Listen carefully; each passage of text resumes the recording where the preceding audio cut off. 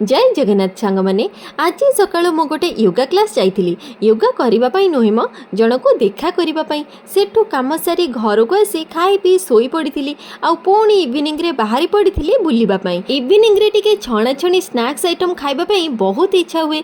सेमिति आज इच्छा है टिके बरा तरकारी खाइबापी आउ मु सीधा जाई पहुँची जाइली नराज रे जोठी बढ़िया मसला बरा मिले आउ ता सह सेठिका व्यू देखिबापी बहुत भल लगे। आज तो पूरा मस्त पाग देइतिला। गरम गरम बरा तरकारी सांग को गरमा गरम चा टिके आनी व्यू एंजॉय करी करी खाइबा सब फिनिश करदेली आउ तापरे बाहरी पड़िले फिल्म देखिबा पई। सीधा जाई पहुँचिले आइनॉक्स रे देखिली रजनीकांत कर गोटे फिल्म पड़ी जार ना होची कुली। मु आउ टिके भी लेट न करी सेई मूवी रो टिकट करदेली। शो टाइम हेई नथिला बोली बाहर टिके बुली देली आउ किछि समय परे जाई हॉल रे एंट्री करथिली।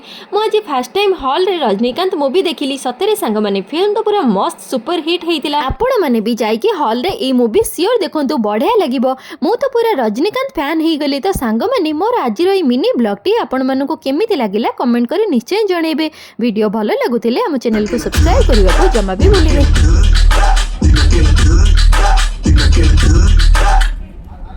रहिली जय जगन्नाथ।